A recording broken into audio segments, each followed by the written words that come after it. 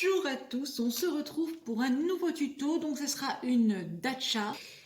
Alors les codes sont quasiment les mêmes parce que j'ai découpé en quinconce dans ma plaque pour avoir le moins de pertes possible, ce qui fait que les grandes faces avant et arrière font 15 cm de longueur, 12 cm en hauteur et on a 6 cm dans chacune des pointes. Pour les côtés, eh bien, on perd un petit demi-millimètre, on a 7,5 de largeur. Il y a un côté qu'on ne travaillera pas du tout parce que comme je vais vous le montrer sur le schéma, il y aura une petite dépendance à côté et donc on ne travaille pas du tout vu qu'on va complètement l'ouvrir en fait. Alors qu'est-ce que j'ai déjà fait ici? J'ai déjà préparé mes tracés, donc 2 poutres avec une simple règle, un simple stylo. J'ai délimité mes poutres qui font 1 cm. Le soubassement fait 3 poutres, donc 3 cm. Ensuite, la partie principale de la maison est faite en poutres dans le sens vertical ce coup-ci.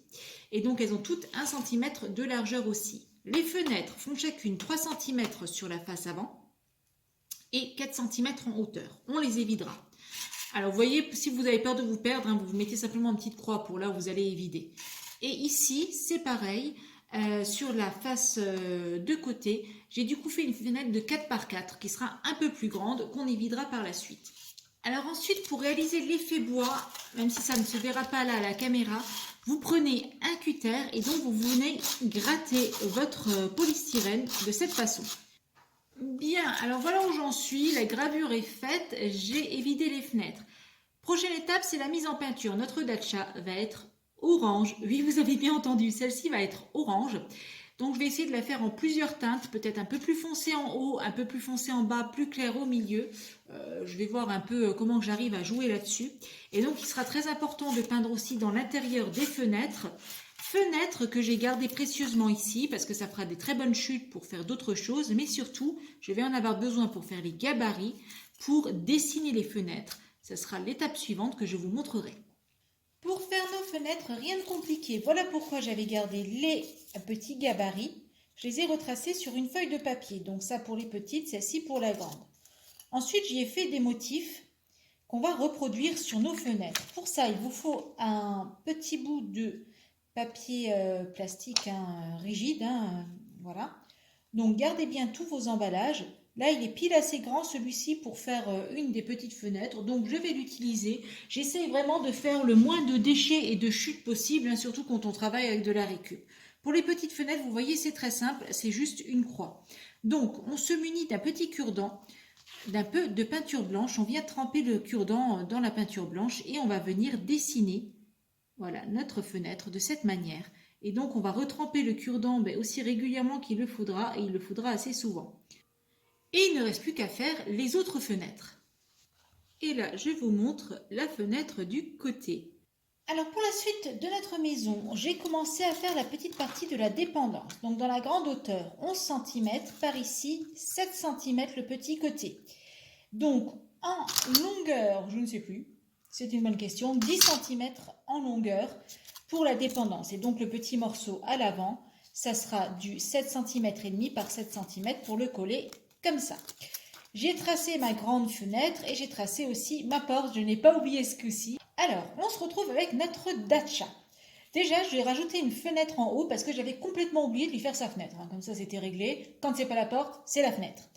Bref, j'ai donc collé les fenêtres à l'aide d'un point de colle chaude à l'arrière. Un très léger point parce que même si le polystyrène tient bien la colle, le plastique, lui, pas du tout. Et maintenant, on va se mettre à monter la maison. Donc, pour ce faire, on va la monter comme ça. Alors, vous voyez ce côté-là complètement évidé et non peint, c'est le côté où on va mettre la dépendance. Comme je vous avais dit, notre dacha est montée. Maintenant, on va faire des petits raccords de peinture, bien entendu, sur les côtés que l'on vient de rajouter. Pendant que tout notre travail sèche tranquillement, je vais vous présenter le matériel que vous pouvez utiliser pour décorer vos maisons russes. Et là, vous avez vraiment le choix. La majorité a été achetée chez Action. J'ai des dentelles plastifiées. Alors ça vient de chez Creavea, c'est du carton dentelle, ça s'appelle, voilà. Vous allez avoir ce genre de set de table plastifié qui coûte quelques centimes. Et pareil, alors là chez Action aussi, c'est des petits fanions, vous voyez, de fête en fait. Ça peut vous servir. Je vous montre l'avancée des travaux sur la maison russe, la petite Dacia orange.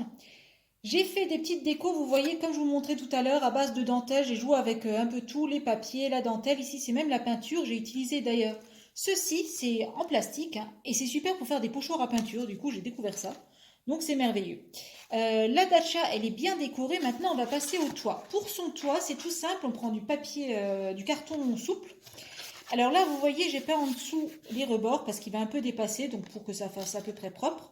Et on va venir coller notre carton ici, sur le toit là. Et puis celle-ci, ça sera pour ici. Donc pour le toit, ce qu'on utilise, c'est du carton ondulé. Alors le mien, c'est un long rouleau en bande, alors c'est très pratique. Et il se trouve qu'il n'y a aucun travail à faire à part le couper à la longueur du toit. Parce que ces maisons russes, en fait, elles ont le toit comme en tôle ondulée. Et donc, il n'y aura plus qu'à le peindre. Pour la mise en peinture, j'utilise plusieurs couleurs. Donc, j'ai de l'or, j'ai du brun et du noir. Alors, on va commencer par l'or. Alors, ça peut vous paraître peut-être bizarre, hein, ces genres de couleurs, mais il faut savoir que les toits sont souvent avec un aspect un petit peu métallisé. Donc, soit or, soit cuivré, soit argent. Et donc, une teinte autre. Hein. Là, en l'occurrence, je mets un peu de brun. Voilà. Alors, pourquoi je commence par l'or? Parce que l'or est bien liquide. Donc, ça me permet ensuite de bien pouvoir étaler mon brun et de le rendre brillant par la même occasion.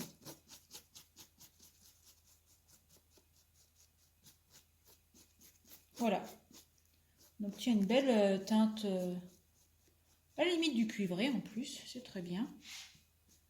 Voilà, et donc pour lui conférer un petit aspect vieilli, on met un petit peu de noir, bon alors léger, hein. Voilà.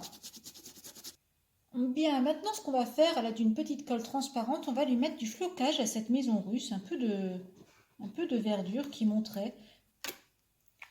Et donc c'est le flocage maison réalisé à base de mousse florale, hein. Je vous invite à regarder le tuto si vous ne le connaissez pas. C'est très très pratique et c'est très vite fait et comme d'habitude très peu cher.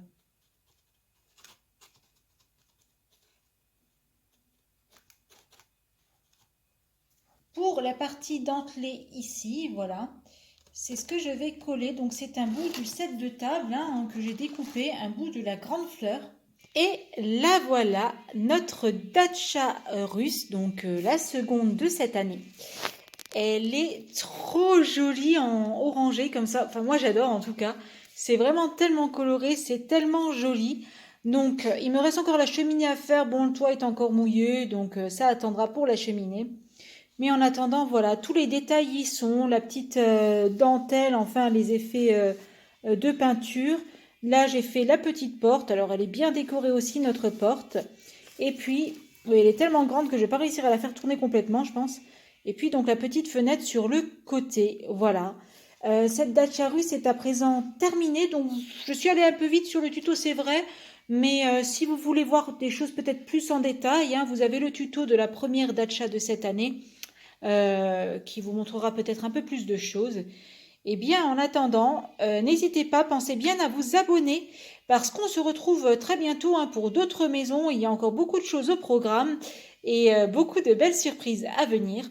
Donc n'hésitez pas, mettez-moi aussi un petit commentaire, un petit pouce bleu, ça m'encourage vraiment en fait à continuer mes travaux. Je vous dis à très très bientôt dans une prochaine vidéo. Bricolez bien! Si cette vidéo vous a plu, abonnez-vous! C'est juste là en dessous, un petit clic, on active la petite cloche et on reçoit toutes les notifications sur son mail pour qu'on se retrouve très très vite sur une prochaine vidéo.